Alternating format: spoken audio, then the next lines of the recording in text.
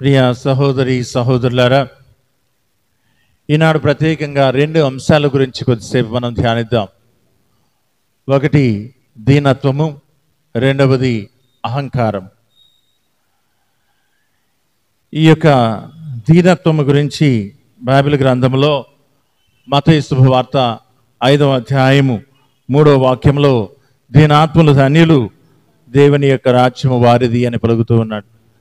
అదే అధ్యాయంలో 5వ వచనంలో చూసినట్లయితే వినమ్రులు ధన్యులు, వారు భూమికి వారసులగుదురు అన్నటువంటి సత్యాన్ని ఆ ప్రభు చక్కగా ఆ యొక్క మాటల ద్వారా తెలియచేస్తూ ఉన్నారు. మానవుడు దేవునికి దగ్గరయ్యి భూపరలోకాలలో పేరును ప్రతిష్టను పెంపొందించుకోవాలంటే వారిలో ఉండవలసినటువంటి లక్షణము దీనత్వము. దానిని మనము వినయము అని కూడా పిలుచుకుంటూ ఉంటాం. ఈ వినయము మరియు దీనత్వముతో మనలను జీవించమని ఆ ప్రభు మనకు అనేక పర్యాయాలు సాక్షాత్తు ప్రభు యొక్క జీవిత వృత్తాంతము ద్వారా, జీవిత గాథ ద్వారా మనకు తెలియపరుస్తూ ఉన్నాడు. ప్రభు యొక్క జీవితాన్ని మనం చూసినట్లయితే తన యొక్క పుట్టుక నుంచి మరణము వరకు కూడా ఆయనలో మనకు ప్రత్యక్షపరచబడేటువంటి ఒక సద్గుణం ఏమిటంటే దీనత్వము. అదే విషయాన్ని ఆ ప్రభు తన యొక్క జీవిత వృత్తాంతం ద్వారా మనకు తెలియజేస్తూ ఉన్నారు.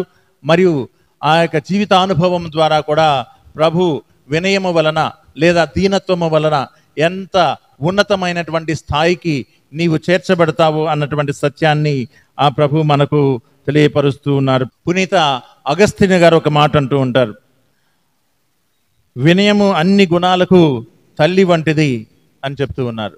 వినయం అనేటువంటిది అన్ని గుణాలకు కూడా తల్లి వంటిది అన్నటువంటి సత్యాన్ని ఆయన బోధిస్తూ ఆయన ఇంకొక మాట అంటున్నాడు, గర్వము దేవదూతలను పిశాచులుగా మార్చింది, కానీ వినయము మనుషులను దేవదూతలుగా మారుస్తుంది.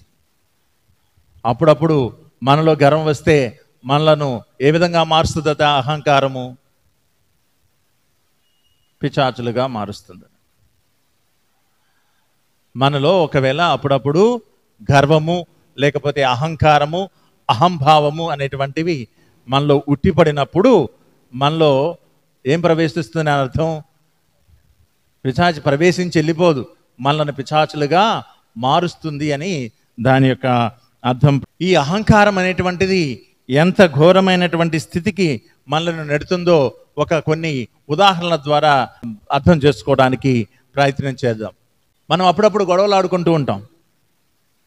ముఖ్యంగా మీ ఇళ్ళ పక్క వారితో లేదా కుటుంబీకులతో అప్పుడప్పుడు గొడవలు ఆడుకుంటూ ఉంటాం. ఓడిపోవడానికి అసలు ఇష్టపడం. నీకు దెబ్బలు తగిలాయనో లేకపోతే ఆర్థికంగా నీవు నష్టపోయావనో కాదు, కానీ ఓటమి పాలవటం ఇష్టం ఉండదు. అనగా నీ మాట నెగ్గాలి, నీ మాట ఏమవ్వాలి?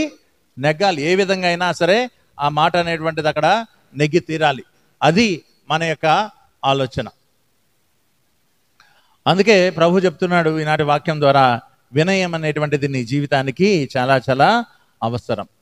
ఈ యొక్క అహంభావము, అహంకారము నిన్ను దిగదార్చుతుంది, జీవితానికి నష్టం కలుగు చేస్తుంది అని చెప్పి ఆ ప్రభు మనకు తన యొక్క వాక్యం ద్వారా తెలియజేస్తున్నాడు. ఈ యొక్క అహంకారాన్ని లేదా అహంభావాన్ని అర్థం చేసుకోవడానికి ఒక చిన్న కథను ఆలకిద్దాం. ఒక తోటలో ఒక చక్కని గులాబీ మొక్క ఉన్నది. ఆ గులాబీ మొక్కకు ఒక చక్కని గులాబీ పూసింది. అది చాలా చక్కగా వికసించి ఉన్నది. అది చూసినటువంటి ఒక తొండ ఆ గులాబీతో ఈ విధంగా అంది, ఓ గులాబీ, నువ్వు ఎంత అందంగా ఉన్నావు, నువ్వు ఎంతటి చక్కని సువాసనను వెదజల్లుతూ ఉన్నావు, నీవు లేకపోతే అసలు ఈ తోట అనబడుతుందా?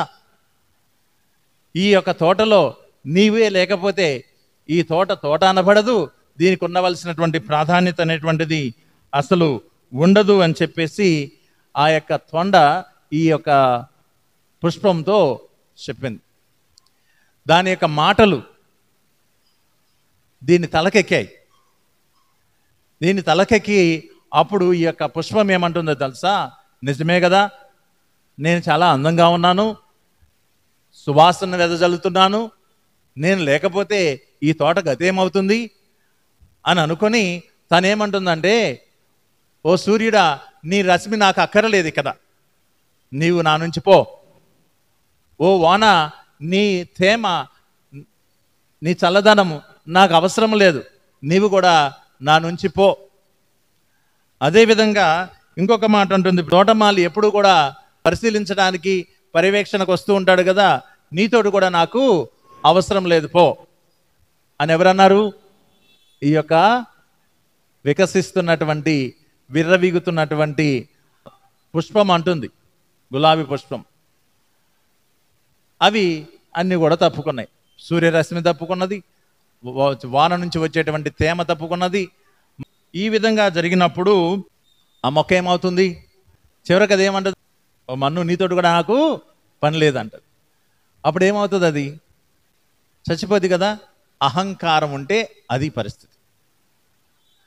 మనలో గన అటువంటి అహంకార భావన మనలో ఉంటే మన యొక్క జీవితం అంత దుర్భరం అవుతుందని చెప్పి ఈనాడు ప్రభు మనకు తెలియజేస్తున్నాడు. బైబిల్ గ్రంథంలో కొన్ని ఉదాహరణలు ఇవ్వబడ్డాయి. గొలియాతు, ఈ గొలియాతు దాదాపుగా 12 అడుగులు ఎత్తున్నాడు. ఆయన ముందు దావీదు మహారాజు చిన్నవాడు, ఇంకా రాజుగా కూడా ఆయన అభిషేకించబడలేదు. చిన్న ప్రాయంలో ఉన్నటువంటి దావీదు ఒక చిన్న రాయిని పట్టుకొని, గులకరాయిని పట్టుకొని వడిసెతో తిప్పి ఆయన చంపేస్తాడు.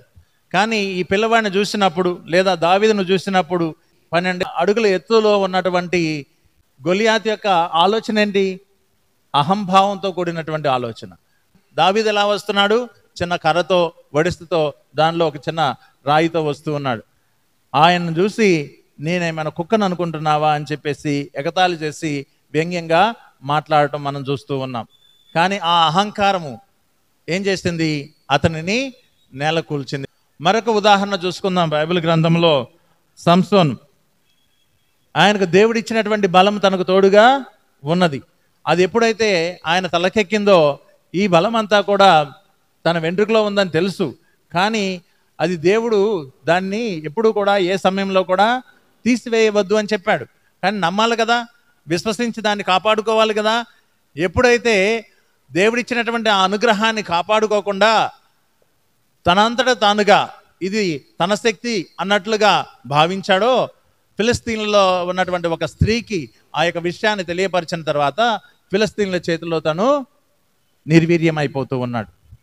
కారణం తనలో ఉన్నటువంటి అహంభావం, అహంకారం. అటువంటి వాటిని మన నుంచి తొలగించుకోమని ఆ ప్రభు మనకు ఈనాడు తెలియపరుస్తూ ఉన్నాడు. సీరాకు గ్రంథంలో 3వ అధ్యాయము 17వ వాక్యం చూసినట్లయితే, కుమారా, నీవు చేయి పనులన్నిటిలోనూ వినయముతో మెలుగుము అంటున్నాడు.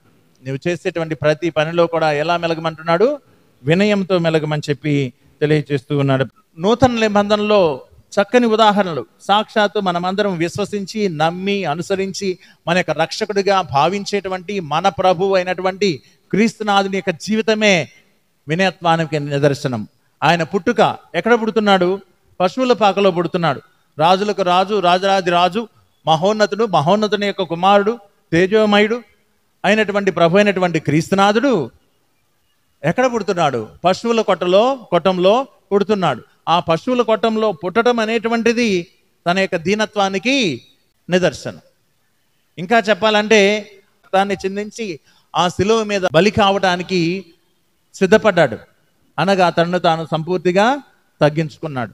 అందువలనే తనను తాను తగ్గించుకున్నవాడు హెచ్చింపబడును, తనను తాను హెచ్చించుకున్నవాడు తగ్గింపబడును అని చెప్పి ఈనాటి వాక్యంలో మనకు ప్రభు తెలియచేస్తూ ఉన్నాడు. ఆ ప్రభు అంటున్నారు లూకా శుభవార్త 11వ అధ్యాయం 29వ వాక్యంలో, సాధుశీలుడననియు వినమ్ర హృదయుడననియు నా నుండి మీరు నేర్చుకోనండి అని చెప్తూ ఉన్నాడు.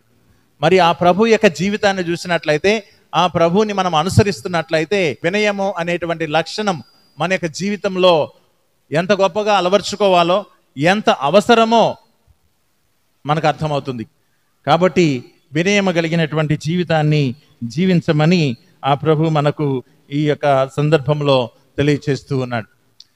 చివరిగా ఇంకొక విషయాన్ని మనం చూసినట్లయితే, సిరాకు గ్రంథము 35వ అధ్యాయము 18వ వాక్యంలో ఈ విషయాన్ని తెలియజేస్తున్నాడు. ప్రభువు జోక్యము చేసుకొని దీనాత్మునికి న్యాయము దయచేసి దుష్టుని శిక్షించే వరకు అది అతనిని వదలదు అని చెప్తూ ఉన్నాడు. ఈ విషయాన్నే నేను ప్రారంభంలో మీకు తెలియపరుచున్నాను. ఆహాబు రాజు, జెజబేలు రాణి. ఈ ఆహాబు రాజు మరియు జెజబేలు రాణి వీరిరువురు కూడా నాబోతు అనేటువంటి ఒక విశ్వాసి దగ్గరికి వెళ్ళి ఏమడుగుతున్నారు? మీ యొక్క భూమిని మాకు ఇచ్చేయమంటున్నాడు. 21వ అధ్యాయము రాజుల మొదటి గ్రంథము 3వ వాక్యం చదివినట్లయితే, నాబోతు, అయ్యా, నా పిత్రార్జితమైన నేల 50 జీవం తోడు ఈ తోటను నేను అమ్మను అని చెప్తూ ఉన్నాడు. ఈ తోటను నేను అమ్మను అంటున్నాడు. అమ్మేయమంటున్నాడు రాజు, ఆహాబు రాజు. ఆ తోటను నాకు అమ్మేయి. కానీ నాబోతు ఏమంటున్నాడు? పిత్రార్జితం అయినటువంటి ఈ నేలను 50 తోడుగా నేను నీకు అమ్మలేను. ఇది నా తండ్రి నాకు ఇచ్చినటువంటి ఆస్తి అని చెప్తున్నాడు. కానీ దానికి ఆయన ఏం నిర్ణయించుకున్నాడు? చంపేయాలని చెప్పేసి నిర్ణయించుకున్నాడు. అతను చంపేస్తాడు. ఏం చేస్తారు? అతన్ని చంపేస్తున్నాడు. మరి మొదటి రాజుల గ్రంథంలోనే మనం మరొక వాక్యాన్ని చూసినట్లయితే 19వ వాక్యాన్ని గన మనం చదివినట్లయితే, నా మాటలుగా అతనితో ఇట్లా చెప్పుము, నీవొక నరుణ్ణి చంపి అతని పొలమును స్వాధీనపరుచుకున్నావు. నాబోతు నెత్తుటి కుక్కలు నాకిన స్థలముననే నీ నెత్తురును కూడా కుక్కలు నాకును. ప్రభువైన నా పలుకులు ఇవి అని ఏలియా ప్రవక్త చెప్తున్నాడు. వినయాత్ముని ఇబ్బంది పెడితే ఎన్ని కష్టాలకు పాలవుతామో ఒకసారి అర్థం చేసుకో. మనం అప్పుడప్పుడు వినయంగా ఉన్నాడని, చాలా సౌమ్యంగా ఉన్నాడని మనకు చేతనైన విధంగా వారికి నష్టం కలిగించడానికి ప్రయత్నం చేస్తూ ఉంటాం. అందుకే ప్రభు అంటున్నాడు, వినయాత్ములను ఇబ్బంది కలిగినటువంటి వారికి కలిగేటువంటి నష్టాల గురించి ఆ ప్రభు మనకు తెలియపరుస్తున్నాడు. మరి నాబోతుకి నష్టం జరిగింది. అతన్ని చంపేశారు.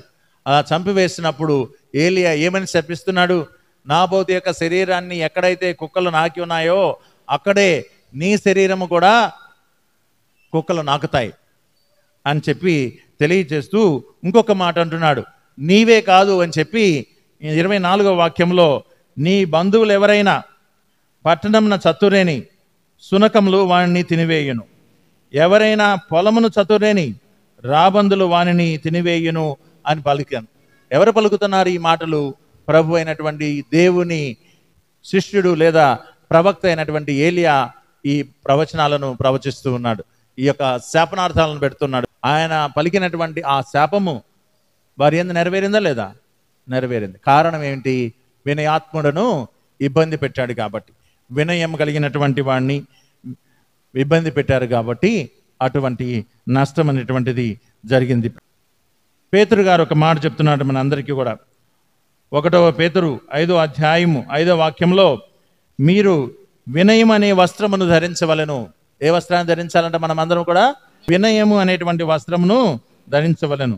ఏలన దేవుడు అహంకారులను ఎదిరించి వినయశీలులను కటాక్షించును అని చెప్తూ ఉన్నాడు. దేవుడు ఎవరిని కటాక్షిస్తాడట? నియమ కలిగినటువంటి వాళ్ళను. నేను ప్రత్యేకించి చెప్పవలసినటువంటి అవసరం లేదు. మన అందరిలో కూడా అప్పుడప్పుడు ఈ యొక్క అహంకార భావన పొంచి ఉంటుంది. దాన్ని కాస్త తగ్గించుకోవడమే కాదు, నిర్వీర్యం చేసుకోవాలి. దానివల్ల మనకు వచ్చేటువంటి లాభం చాలా స్వల్పం, కానీ అనర్థం మాత్రం చాలా అధికం. అది మనం గుర్తుపెట్టుకోవాలి. అహంకారం వలన, అహంభావం వలన మనకు వచ్చేటువంటి లాభం అనేటువంటిది చాలా చాలా స్వల్పం.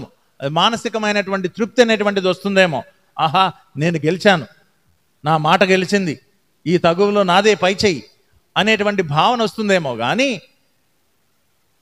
నువ్వు నష్టపోయేది మాత్రం చాలా చాలా అధిక మొత్తంలో ఉంటుందని ప్రభు మనకు జ్ఞాపకం చేస్తూ ఉన్నాడు. కాబట్టి ఈ 2 లక్షణాలు, వినయము అనేటువంటి ఒక గొప్ప లక్షణాన్ని మనము అన్వర్చుకోవాలి, మన యొక్క జీవితాల్లో అన్వయింప చేసుకోవాలి, అలవర్చుకోవాలి. వినయంతో మనం జీవించాలి. ప్రభువు తన యొక్క జీవితం ద్వారా మనకు చూపిస్తున్నటువంటి మార్గము కూడా అది వినయత్వం కలిగినటువంటి మార్గాన్ని చూపిస్తున్నాడు. బైబిల్ గ్రంథంలో ఎక్కడైనా ఎప్పుడైనా ఏ విషయాన్నైనా సరే చూడండి, అహంకారులందరూ కూడా నష్టపోయారు, నాశనం అవుతూ ఉన్నారు. కాబట్టి ప్రభు చెప్పినటువంటి యొక్క మాటను మనం స్వీకరిస్తూ వినయమును ప్రదర్శించడం కాదు, వినయమును అలవర్చుకోవడం అవసరం. వినయమును ప్రదర్శించడం అంటే నటించడం. నీలో వినయం లేదు, కానీ అనేక మంది మధ్య వినయాత్ముడి వలె నువ్వేం చేస్తావు? నటిస్తావు. కానీ దానివల్ల నీకు వచ్చేటువంటిది అనర్థమే తప్ప లాభం అనేటువంటిది లేదు. కానీ వినయాన్ని నీలో అలవర్చుకో, నీ జీవితంలో భాగం అవ్వాలి. అప్పుడు అది తప్పనిసరిగా నిన్ను ఫలింపచేస్తుంది. దేవుని యొక్క కృపకు నీవు పాత్రుడు అవుతావు, దైవానుగ్రహాలు నీవు అవుతాయి అన్నటువంటి సత్యాన్ని ఆ ప్రభు మనకు ఈ యొక్క వాక్యం ద్వారా తెలియచేస్తున్నాడు. అటువంటి సద్గుణాన్ని మనమందరం కూడా అలవర్చుకొని వినయం కలిగినటువంటి జీవితాలను జీవించడానికి ప్రయాసపడదాం.